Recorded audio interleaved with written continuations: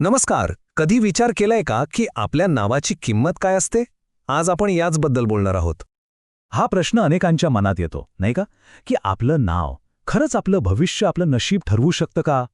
बरं, या प्रश्नाचे खूपच रंजक उत्तर आपल्याला जातक कथांमधून मिळतं.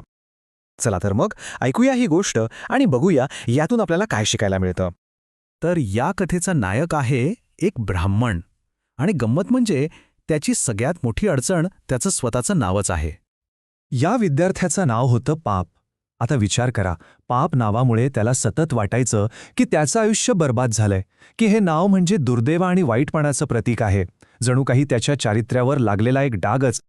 मग या त्रासातून सुटण्यासाठी त्याला एकच उपाय सुचला. तो सरळ आपल्या गुरूंजवळ गेला आणि म्हणाला, गुरुजी, मला एक नवीन चांगलं नाव द्या. पण गुरुजींचं उत्तर ते मात्र अगदीच वेगळं होतं. आणि खरं सांगायचं तर तिथूनच त्याच्या खऱ्या प्रवासाला सुरुवात झाली. गुरुजी म्हणाले, अरे बाळा, एक काम कर, तू देशभर फिर. तुला जे नाव आवडेल ते शोधून माझ्याकडे परत ये, मग मी तुझं नाव नक्की बदलेन.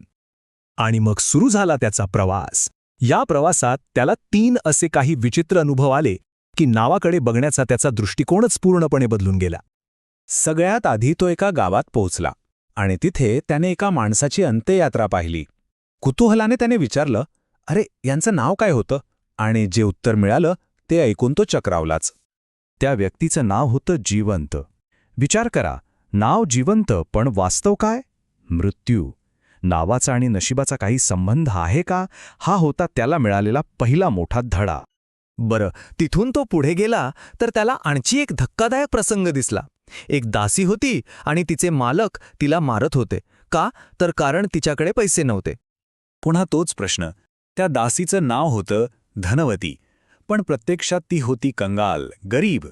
नावाचा आणि तिच्या परिस्थितीचा दुरून दुरूनही काही संबंध नव्हता. आता तिसरा अनुभव, हा तर कमालच होता. त्याला वाटेत एक माणूस भेटला जो बिचारा पूर्णपणे रस्ता विसरला होता, भरकटला होता. आणि गंमत म्हणजे त्या माणसाचं नाव होतं मार्गदर्शक. आता बघा, जो मार्गदर्शक होता तोच रस्ता हरवला होता.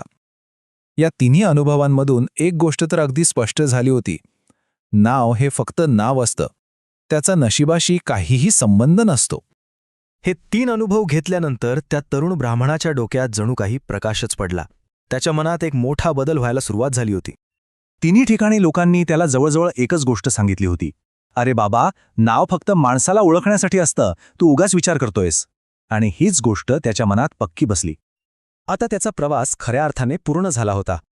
त्याला नवीन नाव तर मिळालं नाही, पण नावाकडे पाहण्याची एक नवीन नजर नक्कीच मिळाली होती.